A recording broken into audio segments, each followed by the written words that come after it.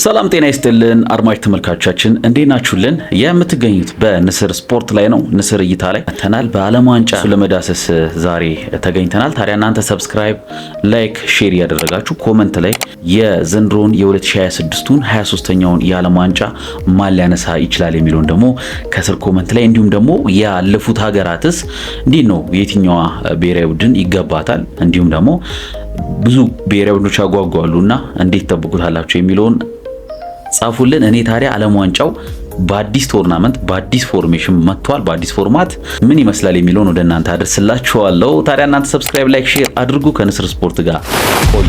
ያው 23ኛው የዓለም ዋንጫ ነው። 23ኛው የዓለም ዋንጫ ለወጥ ቀየር ብሎ መጥቷል። አንድ በቁጥር ነው። በቁጥር ማለት እንችላለን ከአዘጋጅ ሀገራት እንዲሁም ደግሞ ከተሳታፊ ሀገራትን ጨምሮ 3 ሀገራት አዘጋጅተው አያውቁም የዓለም ዋንጫን። ለመጀመሪያ ጊዜ 3 ሀገራት የዓለም ዋንጫውን ያዘጋጃሉ።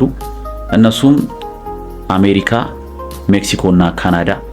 ወደ ካሪቢያን ሀገር የሚገኙት ወደ ሰሜን አሜሪካ ላይ የሚገኙት ሀገራት በጋራ ያዘጋጃሉ። በ16 ከተሞቻቸው ነው የሚያዘጋጁት። ታዲያ በ16 ከተሞቻቸው ሲያዘጋጁት ይሄንን አሜሪካ 11 ከተሞቿን ትወክላለች።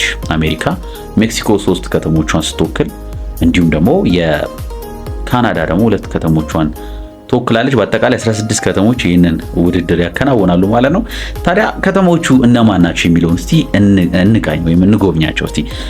በሜክሲኮ 3ቱ ከተሞች ሜክሲኮ ሲቲ ዋና ከተማዋ ነው ሜክሲኮ፣ ሞንቴሬ፣ ጋልቴራ የሚባለው ከተማቸው የሚያዘጋጁ ይሆናል። ታዲያ ስቴዲየሞቻቸው ጋልቴራ 53000 ደጋፊ፣ 49000 ደጋፊ ደግሞ ሞንቴሬ፣ ሜክሲኮ ሲቲ ደግሞ 87500 ደጋፊዎችን የሚይዝ ስቴዲየሙን የሚያስተናግዱ ይሆናል ማለት ነው።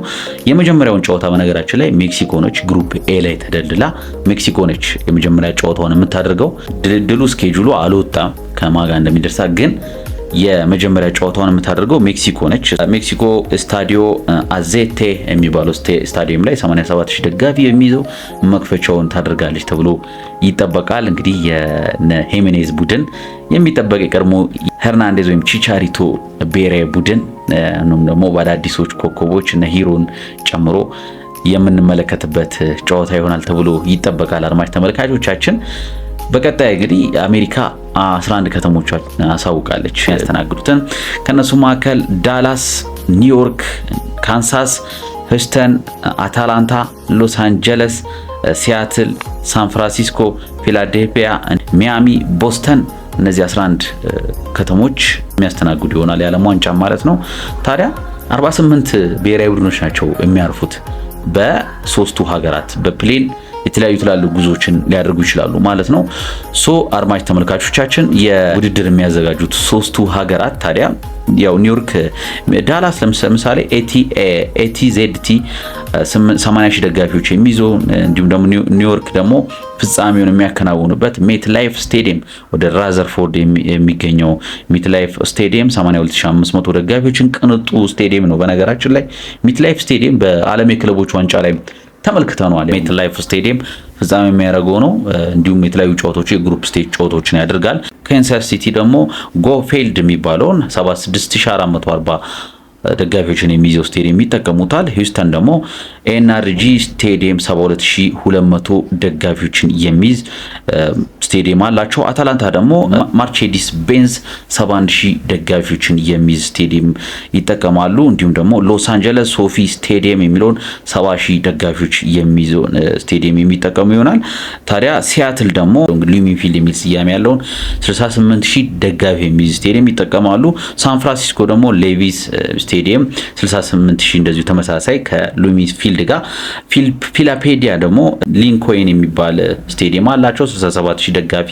ከዛ ውጪ ሚያሚ ሃርድ ሮክ ይሄንን ስቴዲየምም በእንትን ታውቁታላችሁ። በተለይ በዚህ በዓለም የክለቦች ዋንጫ ሃርድ ሮክ የሚባለው ስቴዲየም ላይ የሚያከናውኑ ይሆናል ማለት ነው። ቦስተን ጂሌት ስቴዲየም 64600 ደጋፊዎችን የሚይዝ ስቴዲየም ነው። በካናዳ 2 ከተሞች አሳውቃለች። እሱም የሚታወቅ ቶሮንቶ ታውቁታላችሁ። ትልቋ ከተማ ቶሮንቶ ባንፎርድ የሚባለው ስቴዲየማቸው 28000 ደጋፊ ብቻ ይይዛል። ቫንኮቨር ደግሞ ሌላኛው ቫንኮቨር ከተማቸው ደግሞ ቢሲ ፕሌስ የሚባለው ላይ 54500 ደጋፊዎችን ይይዛል። አድማጭ ተመልካቾቻችን ታዲያ ከተሞቻቸው ይሄንን ይመስላል።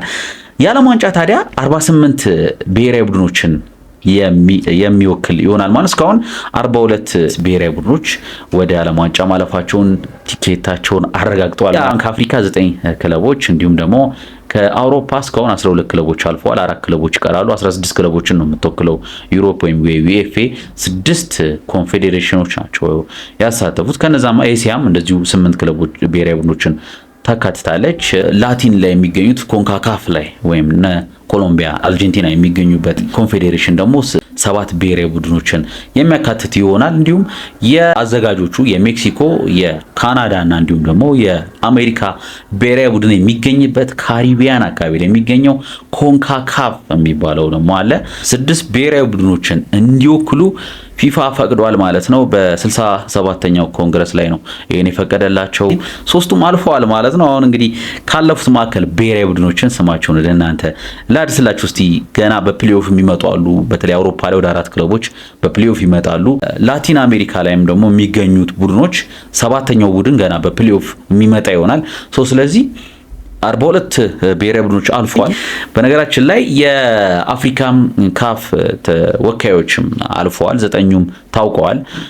በጣም እንግዲህ 5 ብሔራዊ ቡድኖች ነበሩ ከዚህ በፊት የሚወክሉት 4 ብሔራዊ ቡድኖች እንዲጨመሩ ተደርጓል።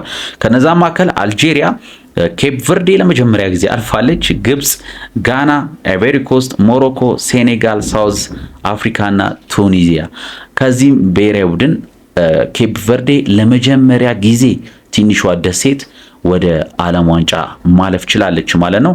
ይህ ዓለም ዋንጫ በጣም በርካቶችን እድል እየሰጠ ነው የሚገኘውና ኬፕ ቨርዴ ከተለያዩ የዓለም ሀገራት ላይ የሚገኙ ተጫዋቾችን የዝር ግንዳቸው ኬፕ ቨርዴ የሆኑ ተጫዋቾችን ሰብስባ ነው ከራሷ ሊግ ውጭ ያሉትን የፖርቹጋል ተወላጅ እና ቤቤን ታውቋቸዋላችሁና ኔይመርሰን የመሳሰሉ ተጫዋቾች የተለያየ የዘር ግንድ ያላቸው ከስዊዘርላንድ፣ ስፔን፣ ፖርቹጋል የዘር ግንድ ያላቸው ተጫዋቾችን ነው ሰብሰብ አድርጋ ወደ ዓለም ዋንጫ ያካተተችው።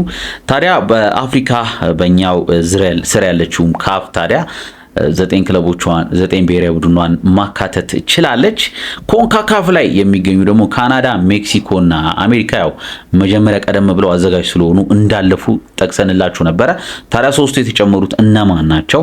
ከተጨመሩት መካከል ፓናማ፣ ሃይቲ እና ኩርካኦ በነገራችን ላይ በጣም እጅግ ጥቂት ማህበረሰብ ያላት ሴት ታዲያ እስከ 2010 ድረስ ኒውዚላንድ ገዝታት ነበረ። 2010 ላይ ነው ነፃነታቸውን ያወጁት። ታዲያ እንደ ሀገር እንኳን ሀገሪቷ ከተመሰረተች ፋውንድ ከተደረገች 14 ዓመታቸው ነው ገና 2010 ላይ ወጡ። 16 ዓመታቸው ነው ገና 16ኛ ዓመታቸውን ገና እያከበሩ ነውና ህዝብ ያላት ብሔራዊ ቡድን ለመጀመሪያ ጊዜ ትወክላለች ማለት ነው።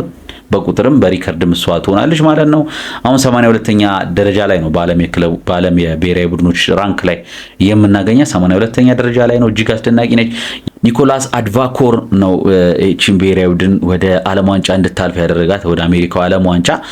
ታዲያ አድማጭ ተመልካቾቻችን ሊትር ጀነራል ይባላል ወይም ትንሹ ጀነራል ብሎ ነው የሚጠሩ። ያው ኒውዚላንዳዊ ነው። የቀኝ ግዢ ተጽዕኖ ስላለባቸው በርካታ ተጫዋቾችም የዛ የዘር ግንድ ያላቸው የኒውዚላንድ የዘር ግንድ ያላቸው ተጫዋቾችም ናቸው።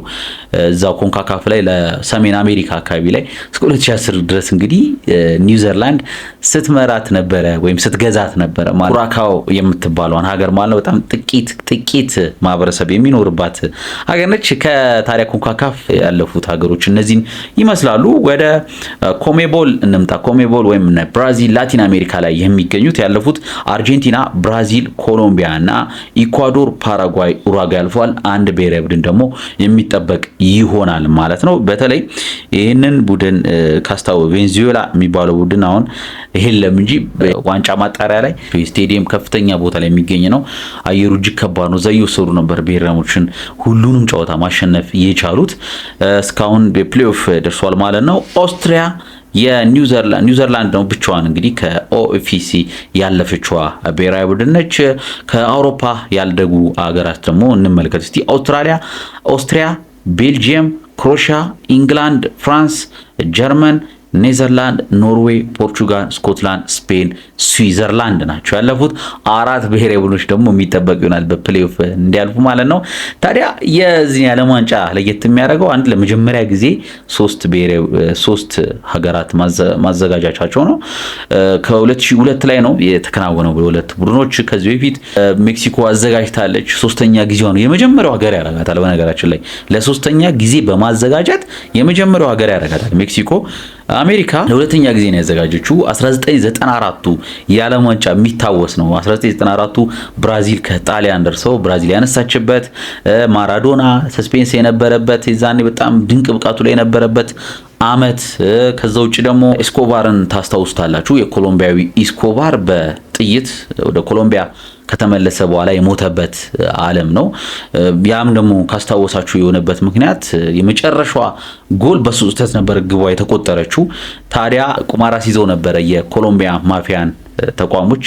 ታዲያ ግለሰቦች በተቋሞቹ ታዘው መሀል አስፓልት ላይ በብዙ ጥይቶች አርከፍክፈውበት ይህ ተጫዋች ሊሞት ችሏል ማለት ነው።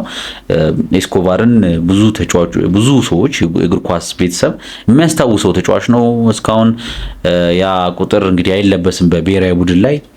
በርካቶች ኤስኮባርን ያስታውሱታል። ኤስኮባር በነገራችን ላይ ማፊያውን ሳይሆን ተጫዋቹ ማለት ነው፣ ፓብሎ ኤስኮባርን አይደለም የምንለውና ኮሎምቢያ ያ 1994 የሚታወቅ ነው። አሜሪካ ቶሮንቶ ወይም ደግሞ ካናዳ ለመጀመሪያ ጊዜ ነው የምታስተናግደው።